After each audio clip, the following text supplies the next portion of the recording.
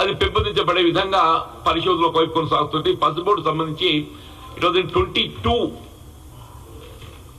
అప్పుడు కేంద్ర ప్రభుత్వం ఏదైతే పసుపు బోర్డు ఏర్పాటు చేస్తున్నట్టు ప్రకటించింది. కానీ కేంద్రం ఎక్కడ ఏ విధంగా అనేది ఏదైతుందో ప్రకటింపు చేయబడలే. సరే, ఇప్పుడు ఏదైతుందో ఆ కేంద్రం నిజామాబాద్ కేంద్రంగా ఏర్పాటు చేయాలని చెప్పని కేంద్ర ప్రభుత్వం నిర్ణయించి ప్రకటింప చేయడం పట్ల హర్షం వ్యక్తం చేస్తున్న కాంగ్రెస్ పార్టీ రైతాంగ విభాగంకి వెళ్ళి హర్షం వ్యక్తం చేస్తున్నారు. ఈ అంశానికి సంబంధించి తెలంగాణ రాష్ట్రంలో కాంగ్రెస్ ప్రభుత్వం ఏర్పాటు కాబడటంతోనే మిత్రులు తుమ్మల నాగేశ్వరరావు గారు వ్యవసాయ శాఖ మాత్యులుగా ఫిబ్రవరి 24లో వారు ప్రధానమంత్రి గారి దృష్టికి తీసుకుపోవడం జరిగింది. అట్లా వ్యవసాయ శాఖ మంత్రి దృష్టికి తీసుకుపోవడం జరిగింది. అయ్యని నవంబర్ 24 పీయూష్ గోయల్ గారి దృష్టికి తీసుకెళ్లి ఈ పసుపు బోర్డు కేంద్రం ఏర్పాటు చేయడంలో తాత్సారం కావడంతో ఇవాళ తెలంగాణ ప్రాంత రైతాంగంలో పసుపు రైతు ఆందోళన గురవుతున్నాడు. మీరు తక్షణమే ఈ కేంద్రం ఏదైతుందో నిజామాబాద్ కేంద్రానికి ఏర్పాటు చేయండి. రాష్ట్ర ప్రభుత్వం ఏదైతుందో దానికి కావలసినటువంటి సౌకర్యాలు మౌలిక వసతులన్నీ కల్పింపజేయడానికి సిద్ధంగా ఉందని చెప్పని వారి లెటర్ కూడా రాయడం జరిగింది. తుమ్మల నాగేశ్వరరావు గారు first letter as address to the prime minister, agriculture minister in February 24. తర్వాత లేటర్ పీయూష్ గోయల్ గారు కూడా వారి దృష్టి కూడా తీసుకోవడం జరిగింది.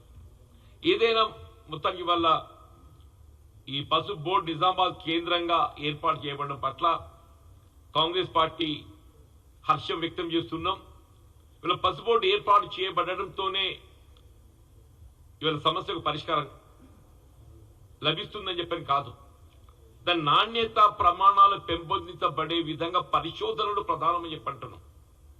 ఆ పరిశోధనల కేంద్రం ఏదైతుందో ఇప్పుడు ఏదైతే ఉమ్మడి రాష్ట్రంలో అప్పుడు వైఎస్ రాజశేఖర రెడ్డి గారు ఆ కేంద్రాన్ని ఆరంభింప చేయడం జరిగిందో కమ్మర్పిల్లిలో, దాన్ని స్ట్రెంథన్ చేయవలసినటువంటి ఒక ఆవశ్యకత ఉంది. దాన్ని మరింత బలోపేతం చేయవలసిన ఆవశ్యకత ఉంది. Market facilities are also more important. ఇవాళ గోడౌన్ ఫెసిలిటీస్, కోల్డ్ స్టోరేజెస్ కనీసం క్వింటల్ ఒక 15,000 రూపాయలు లభిస్తేనే కానీ గిట్టుబాటు కాదు. పసుపు ఏదైతుందో క్వింటల్ 15,000 రూపాయలు లభిస్తేనే కానీ గిట్టుబాటు కాదు.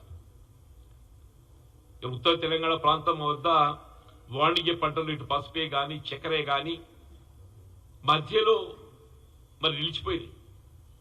వాళ్ళ రైతాంగ ఉద్యమం ప్రధానంగా ఏదైతే ఈ రెండింటిని కేంద్రంగా ఏదైతుందో ఉద్యమించడం జరిగిందే. వాళ్ళ పసుపు బోర్డు ఒక కులికి వచ్చినట్టు కనబడుతున్నది. చక్కెర కర్మాగారం ఏర్పాటు పట్ల కూడా తెలంగాణ రాష్ట్రంలో కాంగ్రెస్ ప్రభుత్వం ఏర్పాటు కాబడటంతోనే పరిశ్రమల శాఖ మంత్రులు శ్రీధర్ బాబు గారి ఆధ్వర్యంలో ఒక సబ్ కమిటీ ఏర్పాటు చేయబడటం, ఆ అంశాలను పరిశీలింపజేసి వాళ్ళ బ్యాంక్ లోన్స్ అన్ని కూడా వాటన్ని డెట్ క్లియరింగ్ చేయడం జరిగింది. ఇప్పుడు ఏదైతుందో చక్కెర కర్మాగారాల పునఃప్రారంభానికి సంబంధించి కూడా తెలంగాణ రాష్ట్ర ప్రభుత్వం మన బడ్జెట్ లో కూడా ఈ అంశాన్ని పేర్కొన్నది. This government has committed for reopening of the sugar factories. ఈ రెండు వాణిజ్య పంటలు ఈ ఉత్తర తెలంగాణ ప్రాంతానికి సంబంధించిన రైతాంగానికి కొంత ప్రోత్సాహం కలిగిస్తాయి. వరితో పాటుగా కేవలం ఒక వరిపైనే ఆధారపడకుండా పంటల మార్పిడి ఏ విధంగా కావాలని కోరుకుంటామో ఆ పంటల మార్పిడిలో భాగంగా ఏదైతుందో ఇవాళ పసుపుతో పాటు మొక్కజొన్న మనం సాగు చేసే అవకాశం లభిస్తుంది అంతర్ పంటగా. దాంతో పాటుగా ఇవాళ చక్కెర షుగర్ కేన్ గ్రోయింగ్ అది ఆరంభమైతే, చక్కెర ఫ్యాక్టరీ ఆరంభమైతే రైతాంగానికి పెద్ద ఆశలాగా ఉంటుంది. తప్పకుండా ఈ రెండు అంశాలు కూడా అటు కేంద్రమే కానీ రాష్ట్ర ప్రభుత్వమే కానీ సమన్వయంతో రైతాంగానికి తోడు నిలవాలని చెప్పి కోరుతూ, ముఖ్యంగా ఈ పసుపు బోర్డు సంబంధించి